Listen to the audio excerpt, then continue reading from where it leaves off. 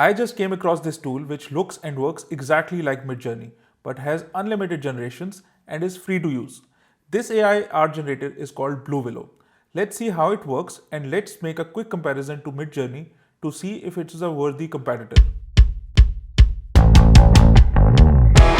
Hey guys, I'm Maghan here. Welcome to the channel where we discuss everything related to money, investments and taxes.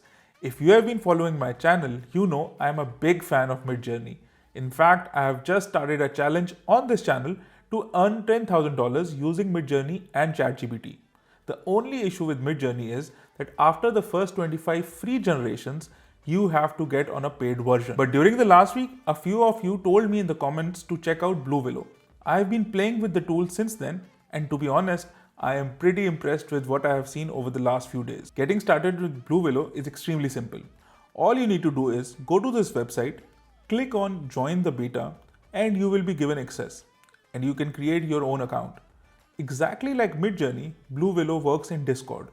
Once you are in, you can get to this Discord server, which looks very familiar because of the way it is set up. So let's go to the FAQs before we try some prompts. So this is the documentation page. BlueWillow was founded in December 2022, so it is relatively new. They say that it was created to provide a comprehensive solution by aggregating models. It basically means that BlueWillow AI enables users to find the right model depending on their prompts. Unlike other AI text-to-image generators, BlueWillow is an aggregator of multiple AI models, including models like Stable Diffusion. So when you give a prompt to BlueWillow, it will decide which model is the best for that given prompt, and it will give you an output for that. A lot of us have been worried that AI might be using the work of artists and stealing their designs. BlueWillow says that they have trained their model on publicly available data, which is great. The terms and services say that you own the rights to your creations. You are free to use them in your art or for commercial gain. One thing that I have noticed in their terms and services is that BlueWillow may offer free and paid versions of their service. As of now, I couldn't find any pricing details, and I think it will continue to be free for a while. But they will eventually be charging a fee for this. Their documentation says that the paid versions will also grant you access to additional services not available to users of the free version. For example, paid versions will give you access to additional features, additional usage limits, and or higher resolution images. Okay, so now that we know enough about BlueWillow, let's go to the Discord. A feature BlueWillow added a few days back is that you can add the BlueWillow bot to your Discord server, and then you can create channels to keep your prompts and generations separate. This is completely free for now.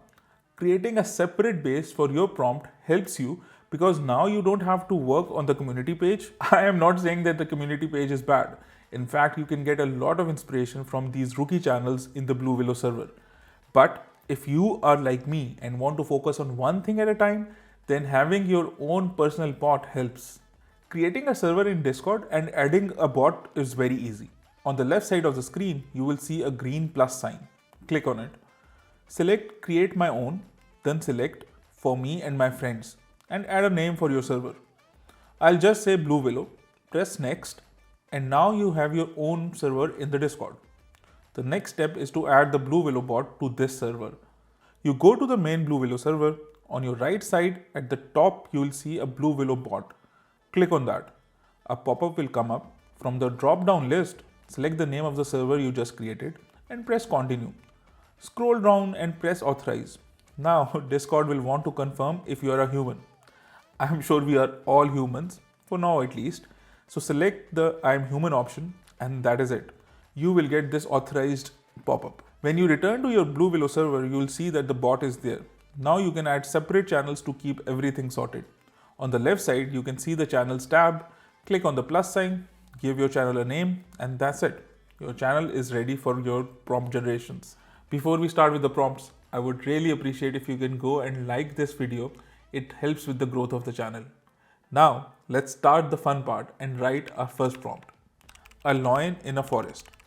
Okay, the first thing I've noticed is that it is way quicker than Midjourney, despite being completely free. This image did not take more than a few seconds, and I sometimes have to wait well over 45 seconds to a minute in Midjourney, even in the fast mode that comes with my paid subscription. And the output does not look bad either. There's a lion and there's our forest. Yes, there's some funkiness going on with this third option. As we can see, it has one extra leg, but not that bad on our first try. Oh, one thing you have to know, the results would not be like Midjourney. The results in BlueWillow will depend a lot on what kind of prompt you give.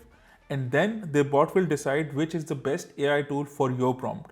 This means that the pictures you will see will vary drastically for each prompt. Let's use the same prompt and add some features like cinematic light and to make it more detailed. I definitely like version 2 and version 3. Let's see what will happen if I add illustration and bold colors in the prompt. Not bad at all. In fact, I really like version 3 and version 4. Let's change our prompt and see what we would get if we add futuristic fighter, full body, detailed armor, and a gun. This is not what I had in my mind for the prompt. Option 3 is something I was expecting. The other options are, I guess, just focusing on the gun part of the prompt. Let's create a variation. I'm adding a female fighter in the prompt, hoping that this will force the model to give me a human version. Oh yes, this is much better now. Let's upscale one of these. The BlueWillow website specifically mentions logos. So I think we should try some logo designs. The image on your screen is what I got when I was using Midjourney for my logo design video. The prompt used for this was a logo design for pet business, vintage style, vector, David Airy style, future tech. Oh, so this is output from BlueWillow. Not bad for the first try. Not sure what is happening with the first one, but I like the third one. Let's generate some variations and see. Oh, these are some nice designs. Option 2 and option 4 are something that can definitely be used in some form. I am upscaling both of these. Just click U2 and U4 and it will upscale, just like Midjourney. Again, I am pleasantly surprised by the speed with which BlueWillow can give the output. It's upscaling it very quick as well. Let's try one more logo design before I move on to some other prompts. I'm using the prompt a logo for a food truck, vector, white background, and cartoon style. So this is the image we got out of Midjourney for the same prompt. Well, the images are not what I was expecting. BlueWillow has completely messed up the white background portion of the prompt in 3 out of 4 of these options. These are food trucks for sure, but not what I had in mind. So probably playing with the prompts might give me a better result, but for this illustration, I'm leaving this as is. Let's try some generic prompts and see what we can get from BlueWillow. I am continuing from my earlier example of a loin, and now I'm adding a roaring loin. This is so detailed. I am upscaling option 2. I am being extremely detailed with my prompt to see what I will be able to generate.